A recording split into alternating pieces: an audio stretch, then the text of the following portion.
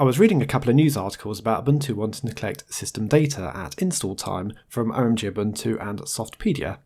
It's a bit surprising really that Canonical would want to do this because they seem to have a reputation back in the days of Unity about spyware, the Unity shopping lens, in that it was sending data off to Amazon, albeit should have been anonymised. But yes, your Unity search results were returning Amazon shopping results as well. And this is something that people are concerned about. We've had Windows 10 with the spyware, with Microsoft, well, yeah, spying is an understatement. Quite a well-watched video nowadays, so thanks to everyone who has watched that. And there is even a concern about Linux Deepin, which I have covered, and it turns out that they're not really, it's just Chinese software. Not exactly got a great reputation. But it turns out Deepin were innocent. Let's look at the actual announcement from Will Cook at Canonical, as this was posted to the Ubuntu development mailing boards.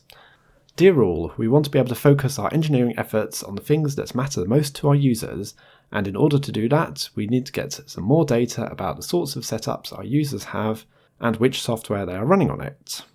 We would like to add a checkbox to the installer, exact wording to be confirmed, but along the lines of send diagnostics information to help improve Ubuntu. This would be checked by default. The result of having that box checked would be information about the installation would be sent over HTTPS, good, to a service run by Canonical's IS team. This would be saved on disk and sent on the first boot once there is a network connection.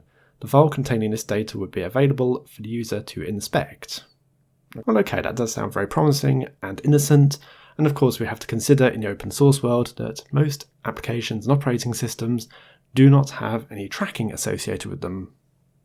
So it is very difficult to get an understanding of just how many users there are, and I suppose what is also difficult to understand is just what users are actually installing on their computers.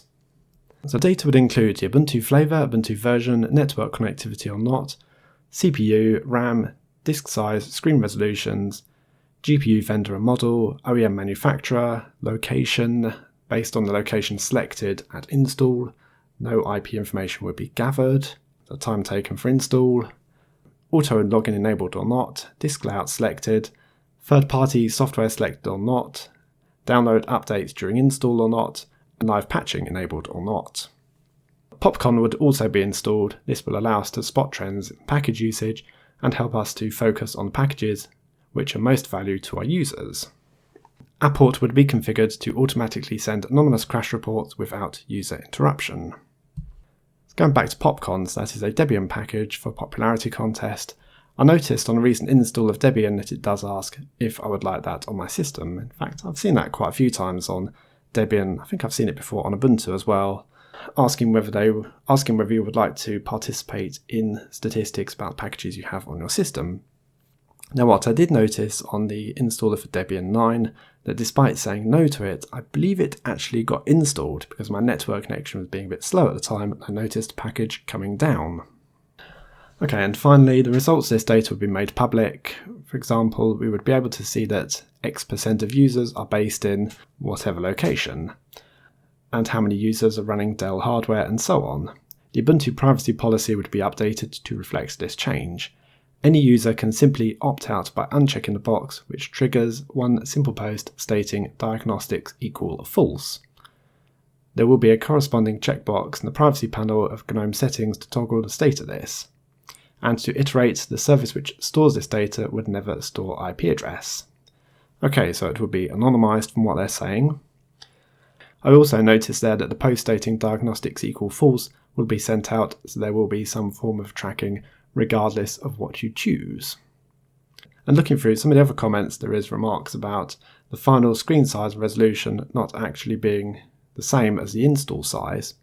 For example, if you're running an NVIDIA graphics card, you'll be running with the open source NoView drivers versus the proprietary drivers which you would be installing at boot up time. Well, this does concern me really, because you start with innocuous tracking like this, wanted to know more about the number of people installing Linux, which would be very useful to know, but there may well be a danger of this level of tracking being expanded in the future, seeing what else you're doing on your system, not just with the packages, but what are you actually doing? What programs do you have open? How long do you have them open for? How many pictures do you view on your system? Things I don't necessarily want anyone else to know. But we do have the option of choosing another Linux distribution, and I have to say, for one moment over the weekend I had 0 Ubuntu computers in my house. Not that I just got rid of this one, but I actually had a completely different operating system on it. Although I'm back to using Ubuntu again, at one point I did have the Arch-based Antergos operating system on my main system. I was running Ubuntu-based servers, but because of some mess up with the updates, I'm no longer using it. I end up switching over to Debian because I just couldn't get my system back up and running again. Not after doing the update, so perhaps there was something wrong with the grub bootloader or kernel. I'm actually thinking it was the grub bootloader because that didn't even display. I will take a look at the Ubuntu 18.04 installer later on during its development and see exactly what this tracking actually looks like. But what are your thoughts? Would you be willing to participate in this small data collection, or is this something you're complete and utterly opposed to? Well, thanks for watching. I'll see you all later.